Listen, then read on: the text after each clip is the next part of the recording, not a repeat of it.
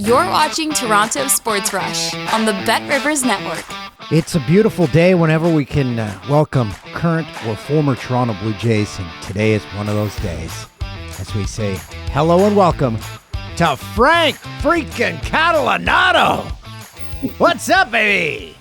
Thanks, Dan. Thanks for having me. I appreciate it. Frank, I got to start with an apology from Blue Jays Nation, because when you were a Jay, you suffered through the, I believe, the worst uniforms in Blue Jays history.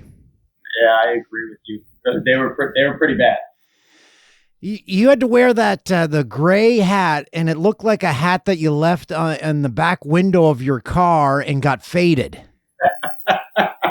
Exactly, and we would, and as the players would talk about it and talk about how bad the uniforms were and the hats were. But hey, it is what it is. It was a bizarre time because they came out, they're like, "You're the Blue Jays," and they took all blue out of the uniforms and went black and gray. Anyway, yeah, it was strange. Yeah, it was a strange time. But your memories as a Blue Jay, what comes to mind when you first think Blue Jays? So for me, it was the group of guys that we had with Vernon Wells and Reed Johnson, Orlando Hudson, Carlos Delgado, Roy Halladay, just a good group of guys. We, loved being together, loved traveling, going on the road. And then, the teams, we actually had some pretty good teams. We got stuck behind the Yankees and the Red Sox for those years. They just seemed to be, winning every single night, and you have to play them each 19 times a year or something like that, whatever it was. And it's crazy. I mean, it's tough to compete when you're playing against those teams. But I really enjoyed my time in Toronto. Like I said, it was just a real good group of guys. You mentioned Carlos Delgado, and I believe he has one of the most underrated, great, effortless swings in the history of the game. Yeah, he was so strong. It looked like he was swinging a toothpick when he took that swing. And for me, I think he's a Hall of Famer. I know he comes up a little short on the home runs, but getting to watch him every single day was pretty fun. Like you said, one of the best left-handed swings that we've seen. When I think of Frank Catalanotto, I was still doing sports highlights at the time, and I remember your game where you went 6 for 6, and I had you on my fantasy team. You were on my fantasy team that night, and I believe it was probably the most points you could get from someone in a game, and you did it for me. Thank you. Wow, you're very welcome. I remember that night vividly. It was pretty awesome. It was different than a lot of the other nights because the ball looked like it was this big. It looked like it was coming in slow, and it was a night that I'll always remember. So I'm glad I helped you out on your fantasy team. So I wanted to ask that, but you already answered it. So everything slowed down. It looked bigger. So do you spend the rest of your career chasing that feeling of what it felt like that night at the plate? Yes. So those days are very few and far between. Like, you get it every so often. But I remember in batting practice that day, I felt really good. My first at bat, again, I saw the ball. The game slowed down for me. I saw the ball. It looked like a beach ball. And I think I might have had 3 at-bats in the first 3 innings and got 3 hits. And I remember Reed Johnson saying to me, you might get 10 hits tonight or something like that. And I said, listen, I don't know how many hits I'm going to get tonight, but however many at-bats I get, that's how many hits I'm going to get because I'm seeing the ball so well. And like I said, those days come along every so often. And you like you said, you chase those days because it's a tough game and the game can speed up for you. So, like I said, I really remember that day vividly. Must have felt like you were facing Andy Larkin every at bat that night. Do you know why I say that? I think I hit him pretty well, right? You had 1 at bat, and I believe you had 4 RBI and a home run, so I assume you hit a grand slam and you're only at bat against Andy Larkin. Yeah, that sounds about right. I think I remember that. Yeah. And do you know the pitcher you faced the most? And you faced him the most, and you had your best average against him out of any pitchers, and you faced, I don't know, close to 900 pitchers. Oh, gosh. I would probably say Mike Mussina. I love You pitching. Got it. Yeah. You hit 459 in 61 at bats. Really? Yeah, I knew it was pretty good. One day, we were in Yankee Stadium playing against the Yankees, and Mussina was with the Yankees, and we were taking batting practice, and he walked by and he kind of tapped me on the shoulder, and I had never talked to him before, because I didn't like talking to the enemy, the pitchers or whatever. So he tapped me on the shoulder. I turned around and he goes, "You come here a second?" I go, "Yeah." He goes, "What is it about me?" I go, "What?" He goes, why do you hit me every single time that we face each other? And now I couldn't give him any secrets. So I was like, "Yeah, I don't know. I'm just getting lucky. I don't know. But I was very surprised that he came over and asked that question, because usually that doesn't happen. But even he knew that, every single game I got 2-3 hits against him. Well, pitchers are psycho. Of course they would know that. Yeah, you're right. I'm sure he, myself, I kept a book of every pitcher that I faced and every, what he threw me in different counts, and, what the result of the at-bat was. So before I'd face that guy, I'd go back to that book and check it out. And like you said, I'm sure pitchers do similar things like that, and he remembers that I had success against him as well. So you had to go back to a book. You couldn't go to the iPad like they can now. Exactly. It was old school. Old school. You had to write in the book. Now these kids, they have the iPad. They can see the video. They see everything. But there had to be tape. If you really wanted to see, you could run back somewhere in the clubhouse, I guess. Exactly. So they did. We did have a video guy that would be in this room, and you could run in there, and there were computer screens, and you can check out previous at-bats against pitchers. So it wasn't as easy as it is now with the iPads and the dugout. But if you wanted to do that, you could do that. And usually that was all done before the games. You didn't really do that much during the game. Now, would I be correct in saying your swing would be described as compact? There seemed to be no wasted movements. Yeah, I would say that. It was compact. It wasn't necessarily obviously a power swing or anything. I thought if I could just get the barrel of the bat to the baseball and put the ball in play, that would be my best chance to help the team. And so I tried to have a compact swing, not a lot of moving parts. I didn't want to have to. It seems like when you have a swing with a lot of moving parts and a big leg kick and stuff like that, things can go wrong. And then you have to really work on your swing and your mechanics all the time. I didn't want that to necessarily be the case. So I would just kind of short to the ball and try to, like I said, put it in play. Frank, I saw a great description of boy baseball fans once, and I said, "Holy crap, that's me." And they said every kid, boy or girl, that grew up watching baseball at the age of 10, they latched onto a player, and that was their guy. At the age of 10, you watched every single thing that guy did. For me, it was Garth Orge. You would have been a lot of 10-year-olds players. For you, Frank Catalanotto, as a 10-year-old, did you have that player where you latched onto and said, "That's my guy"? Oh, absolutely. For me, it was Don Mattingly. Obviously from New York, being a Yankee fan, Don Mattingly was a left-handed hitter like myself. And he used to change his stance all the time from time to time. And whenever Don Mattingly would change his stance, I would change my stance to mimic him in my little league or whatever I was playing. Don Mattingly, whenever I would go to the games, I would key on him, watch him. The guy, he was always signing autographs, just a really nice guy. And then later in my major league career, I got to meet him, got him to sign a jersey for me. I told him, about the fact that he was my favorite player growing up. So it was pretty cool. But Don Mattingly, he was my guy. Did you, Well, and now he's a mentor for the Jays. That's right. Which is pretty cool. I hope it's not lost on these guys. I think every baseball player is somewhat familiar with the history of the game.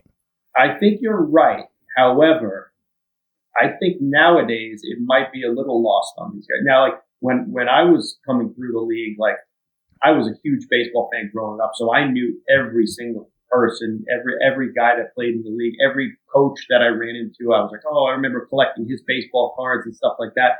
I think nowadays it might be a little different. And the reason I say that is because I coach, I'm the head coach at Hofstra University here on Long Island. And these kids, 18 to 21, 22-year-old kids, we ask them questions about certain players, and they have no idea. I don't think they watch the game like you and I did when we were younger. That's the impression that I'm getting. So they've never seen Garth Orge's batting stance. Never. Do you know what I'm talking about? It was the craziest stance, and he described it. He came on here and he said one night things weren't working well, and he saw some guy in a game he was watching kind of lean back like that, and he tried it the next day and it worked, and he just kept it. It made no sense. That's crazy. I mean, sometimes that's what happens. You see some of these different stances. You remember Craig Counsell and some of these guys, and you think to yourself, how the heck did it ever get to that? But I guess it just slowly evolved over time, and yeah, Garth Orge, he had a good one. Yeah, Mickey Tettleton had one, and Mike Bordick. Did you ever get to play with him? Because his was the most wide open stance in the history of the game. I got to play with Mike Bordick. Yep, I got to play with him. He was facing the pitcher, like the front of his body was facing the pitcher. Right. Crazy. Yeah. You are one of the few players. Well, actually, there's probably more than a few because baseball has a lot of players that got to face and play with Roy Halladay. Mm-hmm.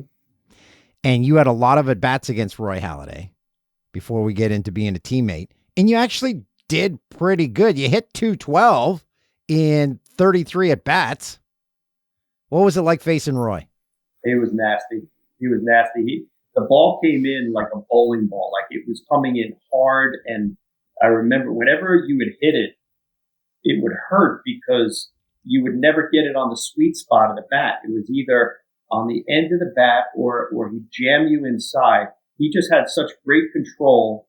He knew exactly where it was going. He could throw a sinker. He could throw a cutter. He could throw a curveball, a changeup. So, it was tough. And I remember, I came up at the same time that he did. And I remember when they sent him back, and it was after I had faced him. I was like, why are they sending that kid back? That kid's nasty. But obviously they knew what they were doing. He just wasn't totally, ready yet. And then for him to go on and to have the career that he had was pretty special. But he was a tough at bat. I mean, those hits that I did get against him, they weren't, they were probably jam shots or broken bat hits. It was never a comfortable at bat. I've heard it described as it felt like he was on top of you. Yes, that's a good way to explain it. I mean, obviously he was a big guy, but the ball just seemed to get on top of you as quickly as possible. And he was just such a great competitor. I read that during spring training, he would go back and reread the same book every spring training on baseball or pitching. So you got to do spring training with him. Was that guy dialed in from day one? And were you like, okay, you're making the rest of us look bad. Come on now. From day one, it was odd because nobody else was like him. On the days that he pitched, I remember my first year with the Jays. It was probably his first or second start, whatever. And I remember walking down the hallway, going into the training room, and Doc was passing by me. And I said, "Hey, Doc, what's going on?" And he did not say hi to me. He was pitching that day. He did not say hi to me, walked through. And then there was somebody behind me. And I said, "What an idiot. Why would he not say hi to me?" And he goes, "You just said hi to Doc?" And I said, "Yeah." He goes, "What are you thinking?" I go, "What are you talking about?" He goes, "He's pitching today." And I was like, "So he can't say hi to me?" And he goes, No. When he's pitching, he's locked in, he's dialed in. He doesn't want to talk to anybody. And then I respected that because I realized, like, on the days that he pitches, there's no human that does what he does. Like, he has a routine that he follows, and nobody can get in the way of that. And it was pretty impressive to see how he could just flip that switch and turn into a different guy and just be so locked in. And like you said, it started in spring training. That wasn't only during the regular season. In spring training, he was trying to get ready, and he would focus and have a routine like no other. So he's like a goalie on game day, because goalies are never interviewed by the media the morning of a game because that's the game they start. So, yeah, I could see pitchers and goalies having the same kind of mentality. I was a goalie, so yeah, like what you said earlier, a little crazy. So you're at Hofstra now. You're teaching the game that you love. Yes. How's that? I love it. I love it. It's fun to be able to teach these 18, 19, 20-year-old kids things that I learned at the major league level. And when you see it, when the light bulb goes on and they have that success, it's very rewarding for me, because, I feel like I have a lot of knowledge of the game that I want to share. And it's a little bit difficult because sometimes these kids, the game has changed so much, and they're talking about launch angle. Everyone's trying to hit home runs. So I got to kind of talk them off that ledge and tell them, hey, this is how us old timers used to do it. Let's try this. Let's try to put the ball in play and hit line drives and hard ground balls instead of popping the ball up and striking out a lot. But it's, I love doing it. It's a lot of fun, and, I'm competitive. So when I stopped playing, I needed something to do for that competition and to compete. And this is what I'm able to do to kind of scratch that itch. You guys using wood or aluminum? Aluminum. Oh boy. Do you see that? And you're like, man, if I had that in the majors. Yeah, I do all the time. Do you know notable alumni of Hofstra? I do. John Cooper. Is that who you're saying? Well, I have Francis Ford Coppola here. Speedy Claxton. Bernie Madoff. Yes, Bernie Madoff. But John Cooper, the coach for the Tampa Bay Lightning? He was a Hofstra guy. And funny story, he played lacrosse at Hofstra, I believe. And then somehow he got into hockey. I don't know. And obviously he's had a lot of success in the league. Did you get into hockey at all when you were in Toronto? Yes, I've always been into hockey. I'm a big New York Islander fan. So we used to go, when I was in Toronto, we went to a few games there, if we had an off day or something like that. So, yeah, I love that. That's probably my favorite sport to watch. Do you miss anything about what you could find at the grocery store, or out and about while you were in Canada? Ketchup chips? No, no, I never got into the ketchup chips. I miss Toronto just in general because of the restaurants are amazing. And whenever I would eat, I would basically just go out to a restaurant. I didn't do much cooking. So I can't say that something comes to mind about something I can pick up at the grocery store, but the restaurants there, it's such a great city, and like I said, a lot of great restaurants. Our chocolate is far superior. I don't know if you have a sweet tooth, but our chocolate is top notch. Really? Were you one of the guys that lived in the hotel? No, I never lived in the hotel. No. Who did? Orlando Hudson did, I believe. I think he did. You're right. That's a quick commute. What ballpark that is no longer in Major League Baseball do you miss the most and say, man, they should have saved that? For me, it was the ballpark in Arlington, the Texas Rangers ballpark. I played there for 5 years with the Rangers and loved the ballpark. Thought it was in great shape. The way it played, I loved the way it played. There was a little bit of a jet stream in right center field if you hit the ball in that gap. And then they went and got a new ballpark. I don't know why. I thought it was in great shape, but I don't know how if the players like the players now, if they like the new ballpark better than the old ballpark or not. But I know I love that ballpark. And most underrated park where you're like, man, this park doesn't get the love it deserves. Oh, well, I don't know if that's I'm thinking of some, like for me, I love Fenway Park, but that probably gets enough love.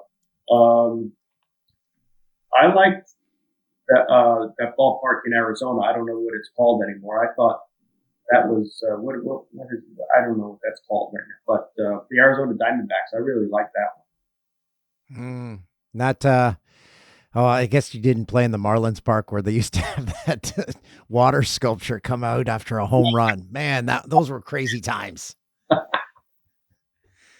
Frank, before we let you go, give us a life tip on when Frank Catalanotto hits a rut in the road.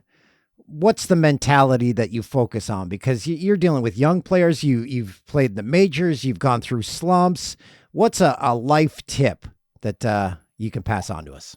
Well, for me, I think it's whenever I go through tough times, or even when I'm talking to my the players at Hofstra, the student athletes, is think back to times that were good, that you were either performing well, and kind of play that in your head and visualize the good times. Because when you start visualizing the good times, then you can bring that out. And not only in baseball, I'm talking about in life when whatever it might be, whether it be your family or vacations you went on. If you think about the positives in life, I feel like your days can be better.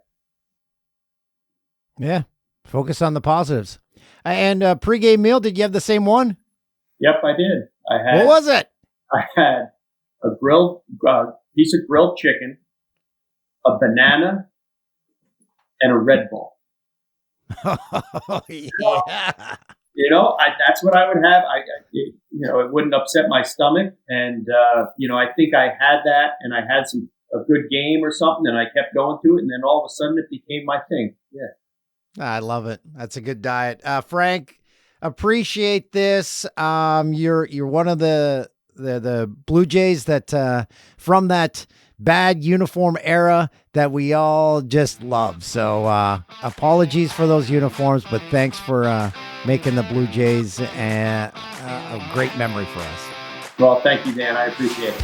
Thanks for watching Toronto Sports Rush on the Bet Rivers Network.